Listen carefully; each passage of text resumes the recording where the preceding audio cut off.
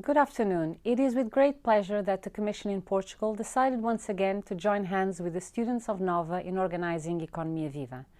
We are a long-standing supporter of this initiative because of the high quality of the debates. We are particularly proud of the fact that it is one of the largest conferences in Portugal organized exclusively by students.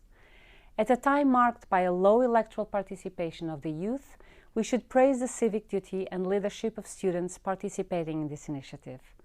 I hope that others follow your example, and I congratulate you all that work to make this conference a reality, particularly in the difficult circumstances of the pandemic. During the week, we had very interesting panels on various subjects. Because I'm here on behalf of the European Commission, you will understand that I put to you some key messages on the recovery plan for Europe, one of the topics of the last session. Since we are in a business and economics school, I believe I can return to a concept much discussed last summer, namely the Hamiltonian Moment in Europe. Alexander Hamilton, the first Minister of Finance of the young North American Republic, laid the foundations for the division of responsibilities between federal and state levels, an architecture that still largely subsists today. In a famous meeting on June 20, 1790, Hamilton finally persuaded a skeptical Thomas Jefferson, representing the richest state of the Union, Virginia.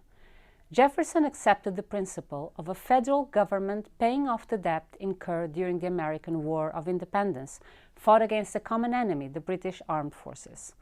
A common challenge demanded a common approach, demanded solidarity. When facing our common enemy of the pandemic, each member state suffered a similar external shock, but some more than others. And some had more instruments to fight it. Solidarity was needed, and solidarity was delivered. 230 years and 1 month after the fateful meeting between Hamilton and Jefferson, a slightly larger group of 27 men and women also decided to endorse a common debt instrument to face the burden of recovery.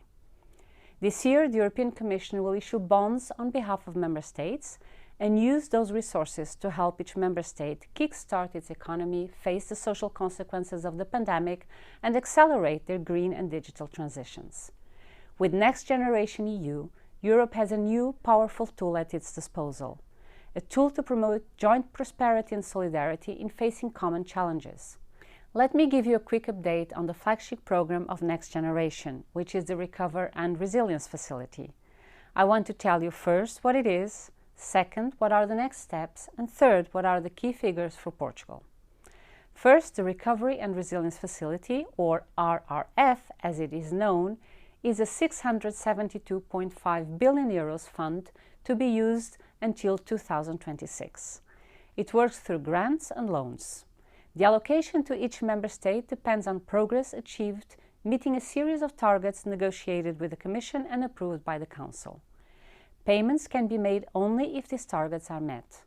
And in order to benefit from the new facility, member states have to present their plan that, after being favorably assessed by the European Commission, is approved by the Council.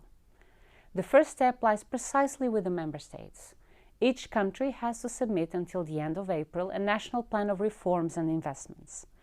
The Commission considers important that member states strike a right balance between reforms and investments. We are now at the stage when most member states have shared their draft plans with the Commission, preparing for the formal submission. And for a plan to be favorably assessed by the Commission, it has to tick a number of boxes. Each national plan is supposed to contribute to the green transition, the digital transformation, while not causing any significant harm to the environment objectives. In fact, 37% of investments have to contribute to the climate and 20% have to contribute to the digital transition. Plans also need to address the country-specific recommendations in order to correct long-standing bottlenecks and foster economic growth and employment creation.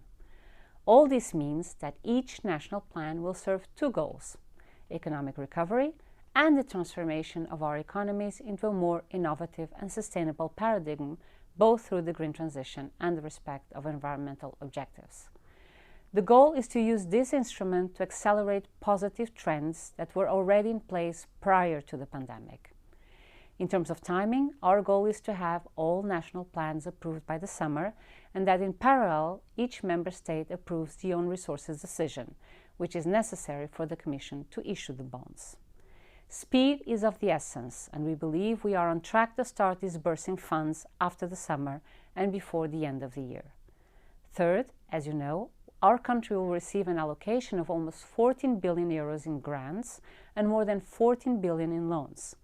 Portugal has not yet submitted its national plan, but has been engaged in fruitful preparation discussions with the Commission services since October 2020.